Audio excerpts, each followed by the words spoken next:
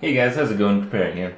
So in Path of Exile, skills are coming in left and right into the game. I mean, just a few days ago they introduced the multi-strike, the melee splash, the power charge on critical, and I think it's going to be today or tomorrow when they're going to release the new, like a searing totem or something like that. So, the game is changing a lot. There's a lot of new stuff that's coming in that, kind of drives people to look into new builds, look into what works, and how they can make these changes to the game impact their character the most. How they can min-max the build, how they can try to make these abilities work better than any other way, better than anyone else can see how. And as such, I feel it's a pretty appropriate time to highlight a lot of what I know about the skill tree in Path of Exile. Now, I've made pretty much any build imaginable, and experience does count for something when it counts for efficiency. So how you get from one part of the skill tree to the other, kind of knowing how that works. Whether you're CI, whether you're HP based, whether you want this or that stuff does come down to a little bit of experience. But in general, there are a few combos in the game that are extremely powerful, that are actually based on the skill tree rather than the gems themselves, or some relationship between the two that I can highlight, and you guys can kind of maybe use this stuff towards your new builds. A lot of stuff I'm going to talk about is fairly well known, but I feel the 5 points I'm going to make about really powerful combos in the skill tree are really fundamental when it comes to making builds, and you can't really miss out on these things. So let's get to it. The first thing that I want to talk about is probably one of the most overlooked ones, and that is removing elemental effects from the equation on the defensive side. What does that mean? What it means is if you combo enemy critical strike multiplier reduction, so these two things, with elemental adaptation, with the purity aura, which increases your maximum resist further. Right now my character has 80 all resists, and with purity, because I use inner force, gives me another 5, but you don't need inner force for this combo. Another 4 will do just fine. So if you're at 84 all resists, and you have the critical strike multiplier reduction, and you're HP based, which you probably are if you're getting these, because I mean, if you're near Marauder, bam, just getting those is kind of a no-brainer. Getting all of that makes it so when you're critically hit by effects, it doesn't actually use the elemental effect on you. So what does that mean? Well, when you do a crit with a lightning attack, you get a shock effect. When you do a critical hit with a cold attack, you get a freeze effect. It's primarily these two things that I'm talking about. These things being applied to your character can be devastating in maps. Being frozen, game over. Being shocked, you might instantly die. And the way you counteract this is shock effects and freeze effects that don't do enough damage as a percentage compared to your total life pool don't register at all. So what you have to do is you have to maximize your HP on one end, but on the other end, you can use these multipliers to reduce the damage and complement your large HP pool so that you never get shocked and you never get frozen in the game. And that's how it works. You get these two talents, 30% reduced damage from critical strikes. So when someone hits you with a crit in PvE, and you get minus 30% off of that, it's effectively like having 30% more life. It's actually a little bit more, but roughly. And then moving your resistances from a base of 75 to 80 and further to 84 with purity, you're taking, instead of 25% as the whole, you're taking 9% less than that. 16 over 25, that's quite a large reduction. And stacking those with the crit multiplier is a really big deal. So that's kind of one thing you can look forward to in the skill tree. Combining this side of the skill tree. It's a lot of the Marauder side, but a lot of Marauders go like Blood Magic or some shit. They forget about purity. You really cannot forget about these things. All three things are essential when it comes to reducing the shocks and reducing the freezes. Second thing is the super armor combo that a lot of people tend to use nowadays because a lot of people like the EK build. So how it works is you use iron reflexes and you combine it with inner force and hopefully some armor passives, so maybe some of the duelist ones or something like that. It doesn't really matter. But you get some armor passives, you get inner force, and you get iron reflex. So Iron Reflex makes it so your evasion becomes armor, and all the evasion percentages apply to your evasion, and then gets converted to armor, and then the armor percentages apply to the armor. But it's additive with the evasion, so you don't want to get too confused. But that'll be another time. Basically, you get that so your auras, specifically Grace, it gives you evasion, in turn gives you armor. So this 1344 evasion with inner force gets bumped to like 1700, because it's times 1.3, and that becomes a base armor.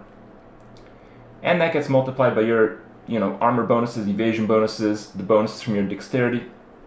And then you combine it with determination. So determination gives you a 0.51 multiplier, but instead it gives you 30% more than that. So it's like, 60 something. And when you combine it with like a granite flask, the granite flask is also affected by inner force. So it's 4,000 times 1.3, and the effect, 100% increased armor during flask effect, that becomes 130 as well. So all these things multiply and you can get crazy amounts of armor. And that's pretty important to some builds. And having at least some amount of armor is important to all builds. And getting some amount of armor, you pretty much got it already. Some people make CI characters, some people make characters that don't use any armor gear at all, but just from the Grace stacked with the determination gives you enough armor to mitigate all the small hits in the game, and with a granite, because of the scaling, allows you to mitigate all the big hits in the game. So it pretty much gives you a full armor basis for your character without having to do much, and there are many side benefits of having inner force as well, so you don't really lose out that much. The other is Chaos Inoculation combined with Ghost Reaver and Volpact. This is a pretty well-known one. It's kind of, starting from the point that in the end game, Reflect tends to kill off a lot of characters, more so than you may think. A lot of people die to Reflect under circumstances that they don't foresee, and because it's, almost an endless journey to level to the maximum level, getting there, you want to minimize all these risks, or in this case, remove them from the equation. So the way it works is, Volpact is a really strong ability, but it has really big downsides. So Life Leech applies instantly, Life Recovery from Flask has no effect. So the problem with that is, if you're a life character like me, Life Leech is going to make it so I never die to Reflect, because Life Leech applies as a heal over time, but with Volpact it's instant, so you're never going to die to Reflect unless you one-shot yourself, which you probably won't. But the side effect is that you can't use pots. You can't use life regen. So if you get hurt in battle, you're going to have to go right back in there to Life Leech. So for life-based characters, this is really not an option unless you're on default and you're having some fun or something like that. I don't know. But if you're CI and all your life pool is energy shield and you use Ghost Reaver and your Life Leech applies to your energy shield rather than your life, using Volpact doesn't have a downside because you don't have life regeneration. You don't have to use life pots. You're CI. Your survivability is based on your energy shield. The life pots, the regeneration has no effect. So, there's no downside to it if you use Volpact, and the placement is actually pretty good. Because if you go Chaos Inoculation, you really want all the energy shield passives on the skill tree. So going to Ghost Reaver, it's on the way to nullification, no big deal. If you get Volpact, it seems out of the way, but it's really not. Because typically you'd go down through the bottom, picking up all the energy shield nodes there, and going to Body and Soul, and doing so pretty much, it leaves you 1, 2, 3, 4, 5 points. 5 points to never die to Reflect sounds pretty amazing. So that's a large reason why some people end up going CI, because they have to, because otherwise they die to Reflect. That's a pretty big factor when it comes to builds. The other pretty straightforward stuff, but it's fairly fundamental as well. Eldritch Battery. So Eldritch Battery is one of the most overpowered abilities on the skill tree, but its placement makes it so it's fairly weak. It's essentially forcing your character to be a life base because you don't have any energy shield, and there are very few life nodes in the close proximity of this skill, so you usually have to waste a lot of points to get to it. So you have to think about if you actually need it, and if you do, what do you get in this vicinity that makes it really, really good? So Eldritch Battery, although it doesn't seem like it, scales multiplicatively with percent mana and percent energy shield. So what does that mean? So if you have like 100 energy shield, and if you have 10% bonus mana, let's just say 100% bonus mana and 100% bonus energy shield, instead of working like kind of Iron Reflexes where it would add the two together, So 100% and 100% would add up to 200% more, and it'd be times 3. Instead, it multiplies the percent mana, and it multiplies that with the percent energy shield. So if you have 100 energy shield and 100% bonus energy shield, it moves the energy shield to 200, and then the 100% mana multiplies the 200. So it's kind of like, you know, you have 1, and you add 1, and you add 1, you have 3, but if you multiply by, you know, 2 by 2, you have 4. So a little bit complicated if you don't know the math side, but stacking it with percent mana and percent energy shield rather than a heavy amount of just one of them will give you a much higher mana pool, allowing you to do crazier stuff with it. So pretty cool stuff there. And the other is, to no surprise, static blows. And anything that does lightning damage. It's so insane. I mean, I thought this was really, really good originally when I first started looking at it. You know, just kind of no-brainer, you just get it. But when you compare it to what else is on the skill tree, it blows everything away. I mean, I consider this talent overpowered, you know? 5% chance to freeze on hit with cold damage? I think that's overpowered. If that's overpowered, like, what the hell is that? Holy cow, man. I mean, the two most powerful effects in this game are freeze and shock. And in my opinion, shock is a little bit nicer than freeze, especially in group situations.